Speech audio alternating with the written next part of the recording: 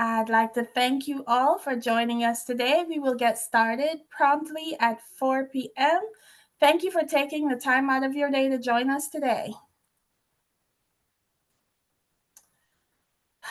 Welcome. Please make yourselves comfortable. Grab a cup of water, a cup of coffee.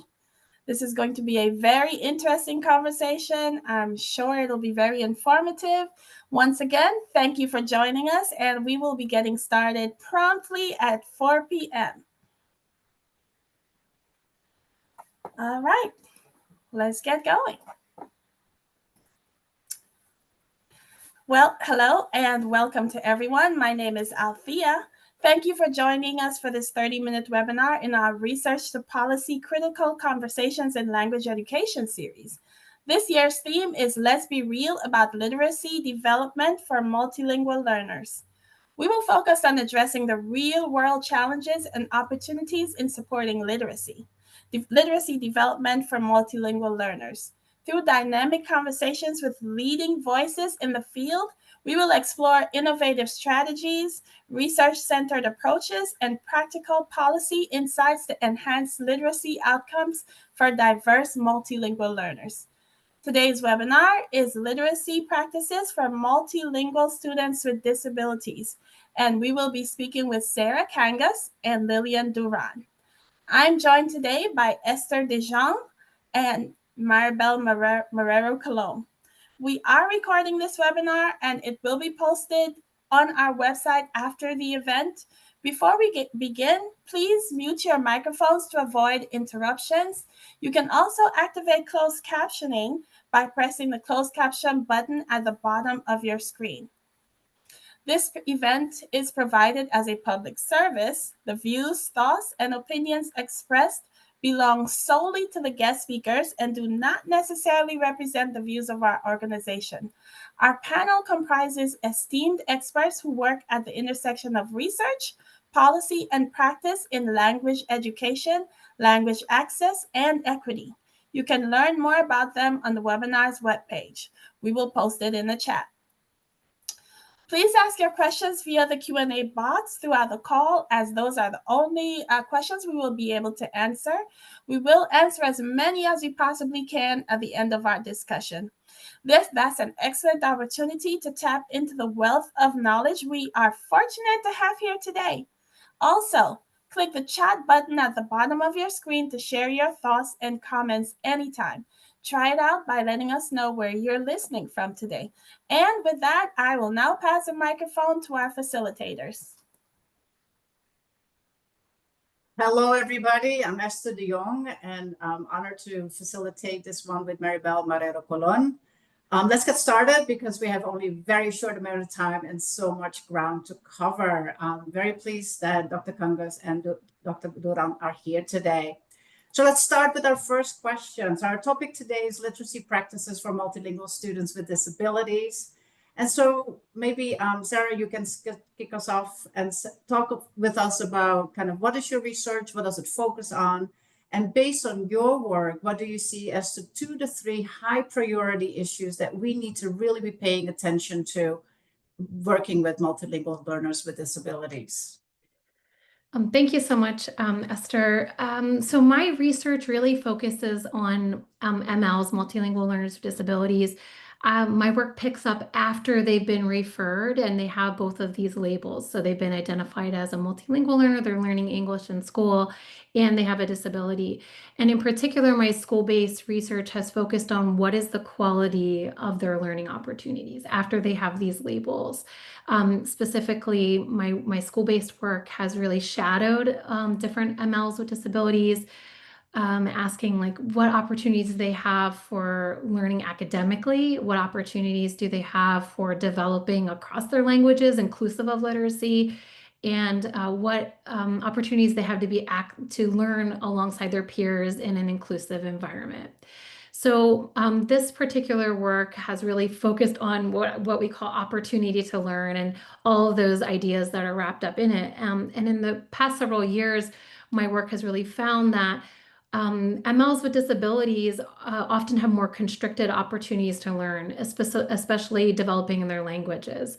They are often placed in environments that maybe focus just on their disability or focus just on the fact that they're a language learner, but not both.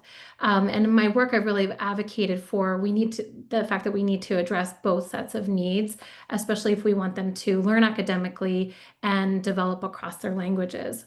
So as a specific example that I think is really touched squarely on literacy is my work has really examined their access to what we call dual services, so like special education services as well as language-related services. It could be ESL or bilingual education. And what we see is that there is common barriers to their access to both sets of services.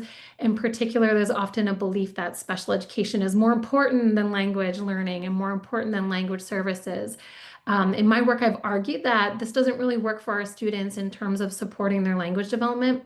They need their ESL, their bilingual education services to really benefit from their special education services. And inclusive of that is how they develop in their literacy. They need both sets of services to really develop their oral language as well as their biliteracy. So as I kind of take stock of that research, I really feel that it leads us to kind of two big priority areas in terms of their literacy. First is really looking at their opportunity to learn. We could have really high quality literacy instruction. We could have culturally responsive literacy interventions, but if the kind of the totality of their learning environment doesn't support their multiple needs, I would argue it really works against their oral language and their literacy development. So I think one key priority is for us to really examine the quality of their learning opportunities from like the beginning to the end of the day. I think a second priority or key area that we need to think about is the types of responses we have to their multiple needs. We're seeing kind of a proliferation of different types of individualized plans in particular. So we know that there's IEPs and special education. In my research, I've been taking a look at these other types of plans that have popped up in response to their language and literacy needs. So we have some states moving towards individualized language plans that are meant to support the English language proficiency of our MLs. Many of our MLs with disabilities receive these plans because they are not making gains in their English language proficiency scores on standardized assessments. We then at the same time have other states that are implementing and other districts implementing individualized reading plans, which are focused on how do we get the students reading at grade level. There's lots of different plans circulating. A lot of them converge on MLs with disabilities. They converge on literacy skills, and that's a key area of need for these children. And I think one of the big questions I'm wrestling with is like, are these plans working for our children? And are they receiving, kind of back to opportunity to learn, those high quality instruction in the first place that would kind of prevent the need from having some types of plans like this? Super. And how these plans are all connected one way or the other, right? And reinforce Yes, they one can be, another. yeah. Yeah. Lillian, you're kind of on the other side of things in terms of thinking about how do we identify and then support. So it's a beautiful balance. Tell us about your work and what do you see as the top priorities for us today? Yeah, thank you so much. Exactly. I think Sarah and I provide a nice balanced view. I've been for over 15 years engaged in the process of designing assessments in Spanish and English, primarily screening assessments that help us engage in early identification. Our good colleague Albor Ortiz once said about our multilinguals in special education sometimes that they have pedagogically induced disabilities because of a lack of appropriate services that Sarah's talking about, right? And so it's the perennial issue around how do we engage in accurate identification, because we want to find that right balance between finding those kids. A certain percentage of any population will have a disability, and we want to find them and then provide those kinds of services that Sarah's talking about that are connected, that are collaborative, that recognize that child as a whole being, one who's been identified with disabilities, but one who's also a multilingual learner, which requires a specialized approach. So in terms of assessment development, my most recent project has been in the state of California, designing Multitudes, which is an assessment, like I said, available in Spanish and English, designed for universal screening for reading problems. And legislation across the state or across the whole United States has really blossomed in terms of supporting this early identification and screening, which is excellent. But then we need to have solutions in place that are accurate, unbiased, and fairly approach assessing multilingual learners. And so this leads me to some of my two main recommendations right now that I'd like to discuss. And number one is, just as a field, we have to acknowledge the limitations of English only assessment. And I know that sounds obvious, but in practice, I hardly ever see this real acknowledgement of like, this is not an accurate result. What other information should we gather? How much do I know about this child's home language? How much could we do to maybe monitor progress over time, to look at that quality of instruction? Have they been afforded the opportunity to learn?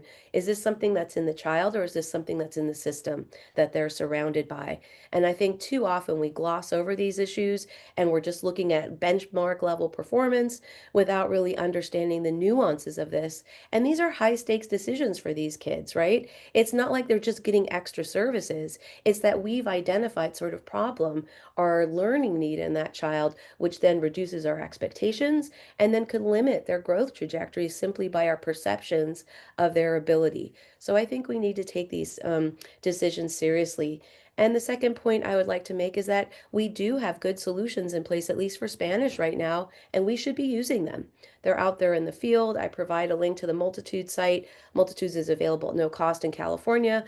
But certainly what I want to highlight is that there are solutions out there that we could be putting in place. There's certainly members of the community and professionals that could be administering these Spanish language assessments, and hopefully that will only help us grow to serve one of the nation's other languages or other populations that live in the U.S. So those are the two areas I'd like to highlight. Okay, so between the two of you, you've got a really great spread of priorities. So my question to you is, considering these priorities, what changes would you like to see in policy and practice? Because you can't have one without the other. So what changes in policy and practice would you like to see? Whether it's local, state, federal, what would you like to see happening? Well, I could go ahead and then Sarah could go.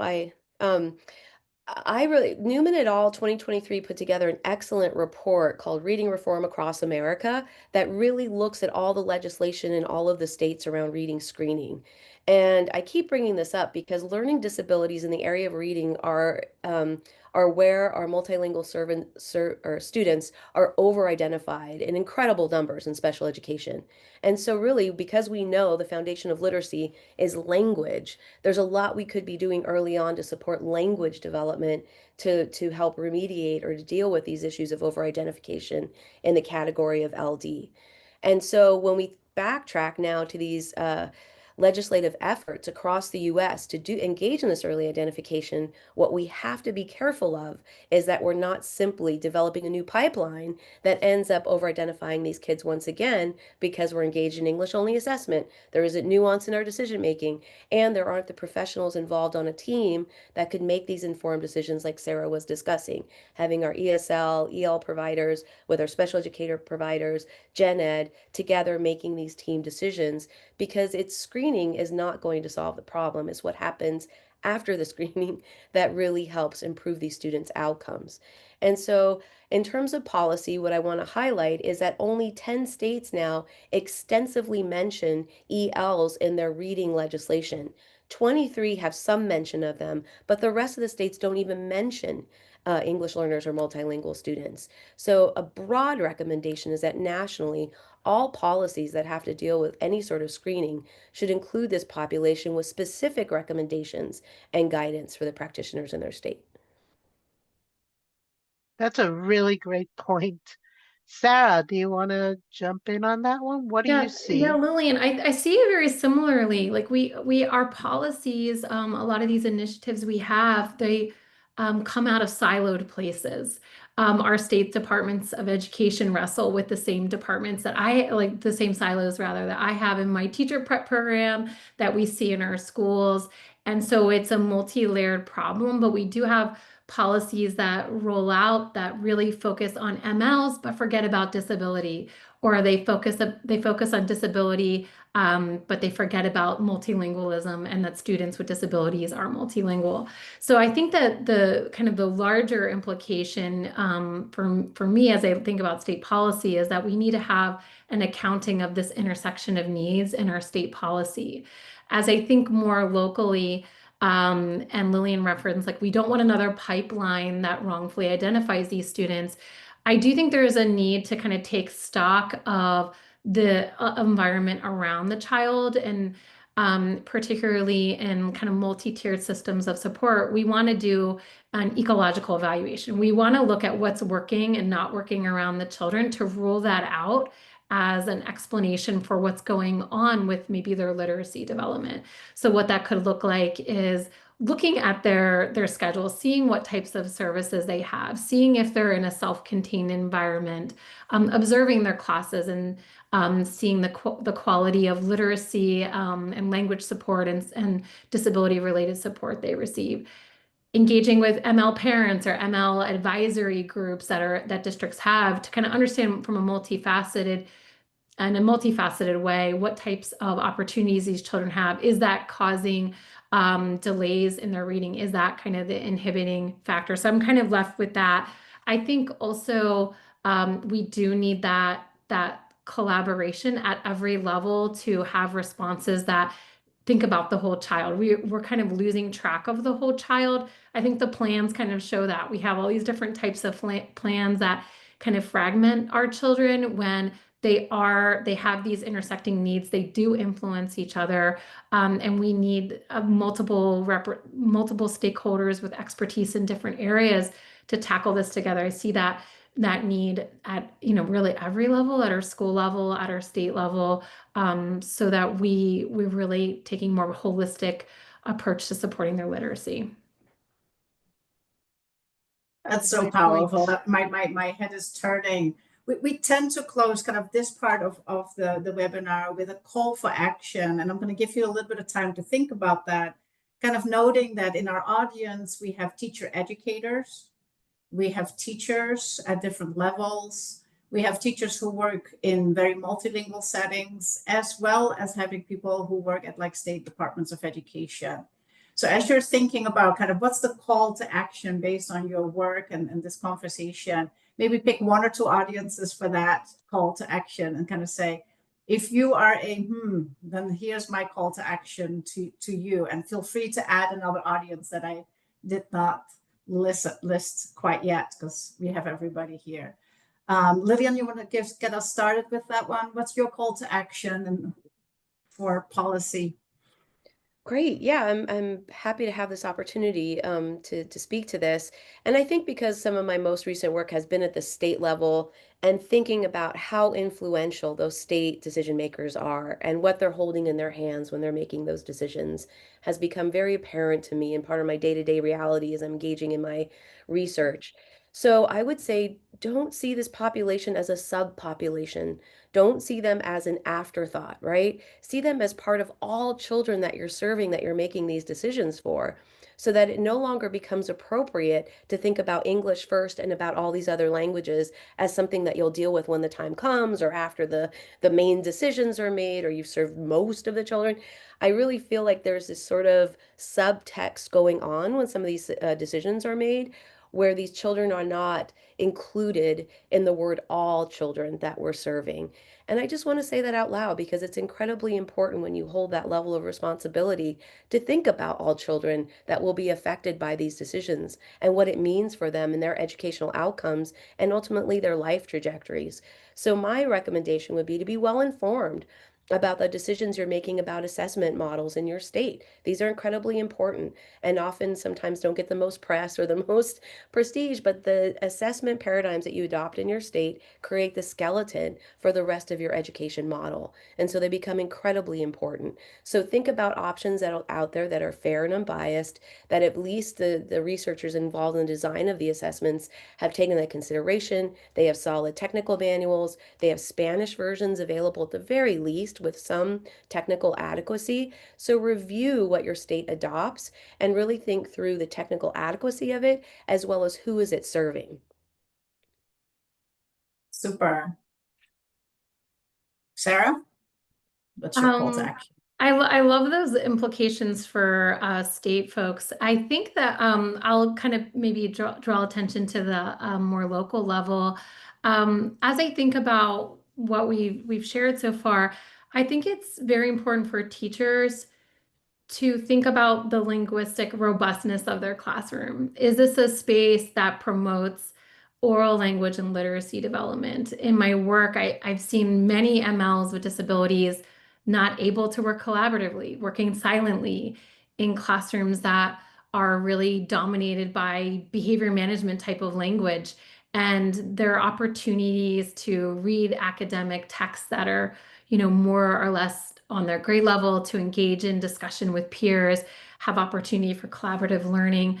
Those opportunities weren't necessarily there for the children. And I see how that really creates an environment that doesn't promote their oral language or their literacy development. I think for educational leaders who are making decisions about interventions and different types of programs and different types of curricula related to literacy, and Lillian, you shared about this earlier, we need to ask ourselves, like, were these really created with multilingual learners in mind? Are they culturally, linguistically responsive? Do they have, can our teachers really differentiate from like a script, a literacy script that allows them to support students, not just in English, but also in their other languages? That's so important. As Lillian shared, we can't have this English only focus with literacy. It's shortchanging our students in so many ways. And so I think at the school level, at the classroom level, those are some considerations we could have around kind of the quality and responsiveness to language in the classroom and in the district. Super. And look at that, we have time for question and answers. That is awesome.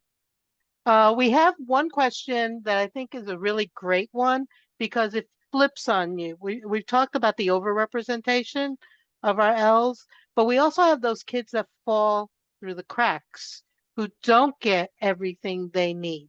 So one of our participants brought up the question, what barriers have you seen in getting multilingual learners identified as having a disability? Because part of the concern is that when he or she has brought it up, they've gotten pushed back and told, no, they're English learners, they shouldn't be evaluated. And that is a flip side, because we do have the kids that fall through the cracks who do have a disability. And it doesn't get picked up because they're second language learners. So, what are some of the barriers you've seen, and how do we get over those barriers?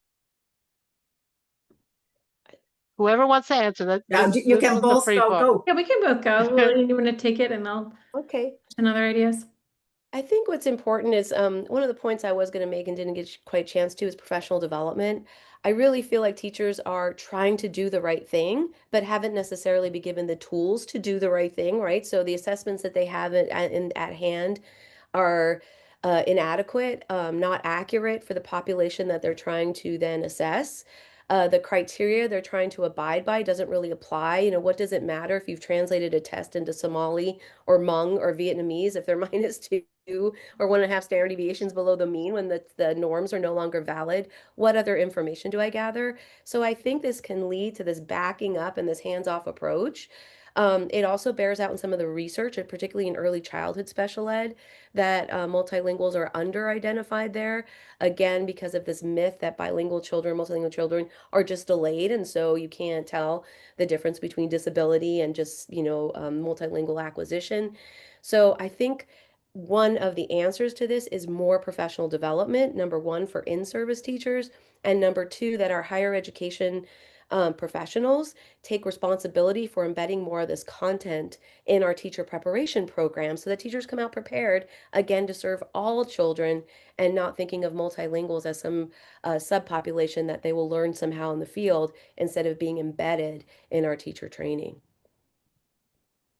Yeah, Lillian, you mentioned the word myth, and I really think that when we have underrepresentation, we have a lot of myths going on. There's I've encountered in my research so many different myths. So we have to wait 2 years, 4 years before we can identify. We can never identify because maybe they've had interrupted education. There's a lot of myths that kind of circulate around referral. And I think that there is an onus on all of us to keep working against some of this bad information that continues to persist. I mean, my very first study, more, almost like 15 years ago, the same kinds of referral myths were circulating, and it involves multiple components of areas of need, really, in our school psychology, in our speech pathology, these different areas that are really critical to identifying needs, as well as special education. We need everybody to be on the same page about our MLs. And I think that really, amplifies Lillian's point about the need for training in these different areas. We need our school psychologists to have strong training in multilingual learners. We need our speech pathologists and our special educators to know quite a bit about our MLs. It can't just be something for language people, for language specialists. So I think it really underscores that point of training across those areas for MLs. Awesome. And there's a cool question. Talking about assessment is one of our participants brought up the question is, what about universal assessments for languages other than Spanish? That this person is in a context where there are multiple languages, and depending which school systems you're in, there's school systems that have 200 languages, like New York City, or in LA, where you have anywhere from 150 to 200 languages. What about those universal assessments for those other languages? So, as a measurement person, I'm going to say there's unfortunately really no such thing as a universal assessment. It's really, there's a lot to be learned about how we construct our validity arguments and how we really understand appropriate intended uses and purposes of assessment. So, I just want us to right size our expectations for what's available through measurement. We don't have technically adequate assessments in place for languages other than English and Spanish at this point in the United States.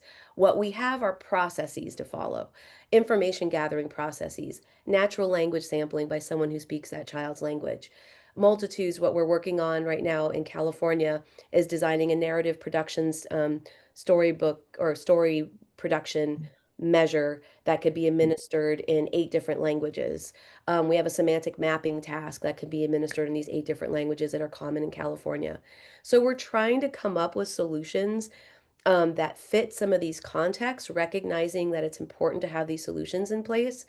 But what needs to be acknowledged is the incredible amount of work and resources that go into the designing any assessment that actually can provide valid and reliable information. So what I say to those practitioners in the field is gather multiple sources of data. Do what you can with the assessments you have in place, but find people in your community and meaningfully include that child's family, right? If a child has a disability, that disability will manifest across contexts, across time. It doesn't just manifest in one discrete way. And so I think we really need to rely on the family of that child, other community partners, and multiple sources of data over time to make these more informed clinical decisions. Awesome. Yeah, if I could just add, I know Lillian, you're our assessment expert. One of the things that I really feel is so important as well as in terms of multiple measures is multiple stakeholders, right? We need that kind of back to that more of that interdisciplinary knowledge to help interpret some of these varied data. We can't just have one individual kind of driving the process because as we pointed out earlier, we only have like our own area of expertise, and we need that multiple stakeholders coming together in our schools, inclusive of parents, to help really bring insight to these data. And it means I think we've got time for one. Do we have time for one more question? You probably do. Go ahead, go for it. And I was just going to say, it also requires that the different expertises at the table are valued equally, which sometimes is challenging, right? That language teachers are not always the ones whose voice is being heard equally to, let's say, the special education person or the school psychologist or the general education teacher. Everybody has something to offer there. Absolutely. And Alfie, I see you, but I have one more question. Just need 1 minute.